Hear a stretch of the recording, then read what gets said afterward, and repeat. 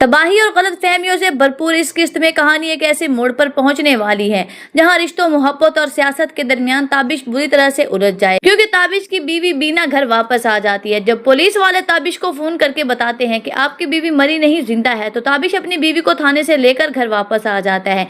लेकिन घर वापस आने के बाद ताबिश खुद भी इस उलझन में उलझ कर रह जाता है।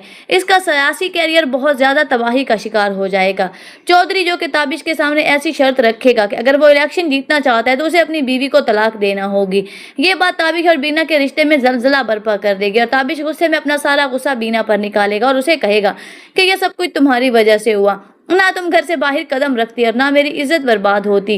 बीना इस सब के बावजूद हिम्मत नहीं हारेगी। वो ताबिश को यकीन दिलाएगी कि वो इसके साथ खड़ी हुई है और इसकी खोई हुई इज्जत भी वापस लाएगी और साथ ही साथ उसको इलेक्शन में कामयाब भी करवाएगी। बीना ही ताबिश को मशवरा देगी कि उसे चौधरी का साथ छोड़ देना चाहिए, बल्कि चौधरी के सहारे की बजाय आजाद उम्मीदवार के तौर पर इलेक्शन लड़ना चाहिए। दूसरी जानिब ताबिश के सामने चौधरी की असल हकीकत भी खोल कर रख देगा हाफिज और उसे बताएगा कि किस तरह चौधरी अवाम के पैसे हड़प कर रहा है और अपने मफादात के लिए सबको इस्तेमाल कर रहा है।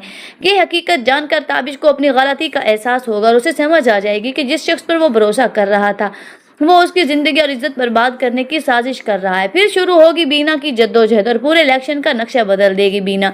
बीना अपनी अनथक मेहनत और इज्जत से ताबिश के लिए अवाम का एतमाद हासिल करेगी और बिलाखिर ताबिश इलेक्शन जीत जाएगा।